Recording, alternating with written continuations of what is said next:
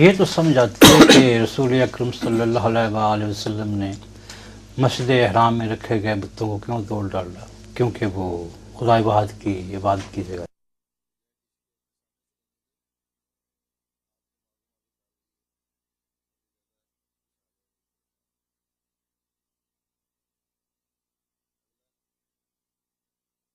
نہیں آتی کہ حضرت ابراہیم علیہ السلام نے اور محمود غزنوی نے بھی دوسروں کے مندروں میں جا کر ان کے دیوتاؤں کو کیوں توڑ ڈالا۔ نبی ہو چکے تھے اس وقت وہ؟ کون جی؟ حضرت ابراہیم نبی بن چکے تھے؟ نبی تھے، ہاں جی۔ ہیں؟ کس نے بتایا آپ کو؟ وہ جو واقعہ گزرا ہے کس عمر میں گزرا ہے اور کن حالات میں گزرا ہے، وہ عمر جو ہے وہ 50 سے کم ہے ڈیفینیٹلی، کیونکہ جس طرح اس نوجوان کا ذکر ہے معلوم ہوتا ہے ایک چھوٹی عمر کا نوجوان ہے، اور حضرت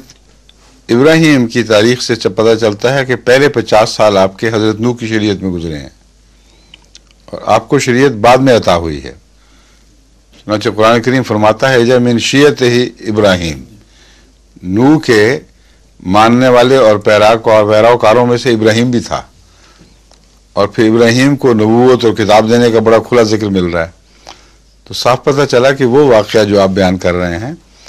وہ اس بڑھاپے کی عمر میں نہیں ہے، جو بوڑھا نہ سی مگر بہرحال ادھیڑ عمر ضرور ہے، ایک لڑک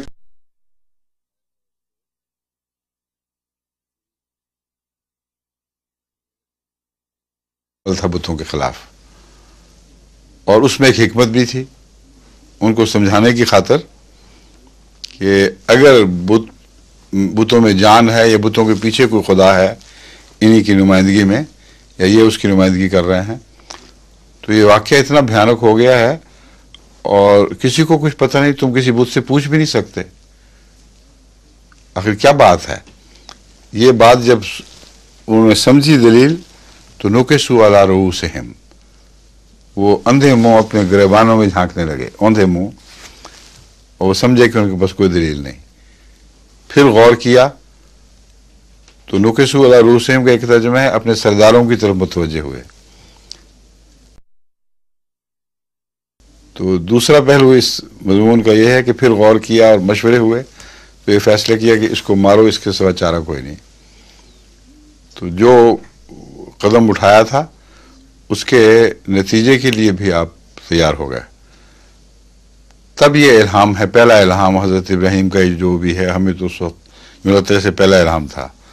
جو ابراہیم نے بھی سنا ہوگا، اگرچہ مخاطب آگ تھی، یا نارو کونی بردم و سلامن علی ابراہیم، ٹھیک ہے۔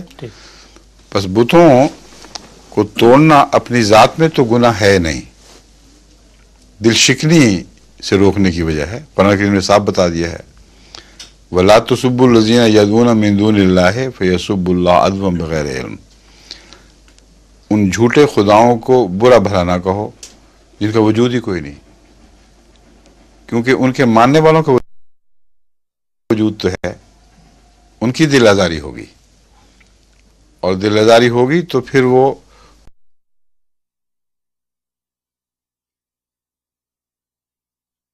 خدا کو بھی گالیاں دیں گے اور تم ذمہ دار ٹھہرو گے۔ پھر بڑا ہی پر حکمت کلام ہے، جہاں غیر مذاہب کے فرضی خداؤں کی بھی اتنی عزت قائم کرنے کا حکم ہے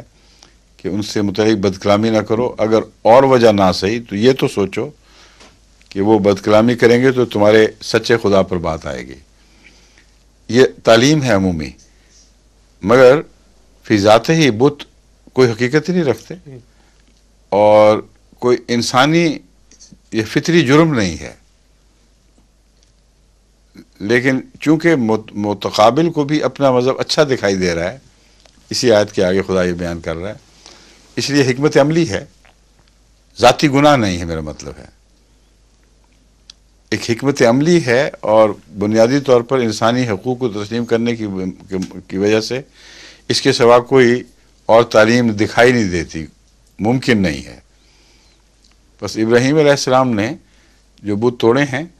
وہ حقیقت میں انسانی قدروں یا خدا کے احکام کی نافرمانی نہیں کی ہے،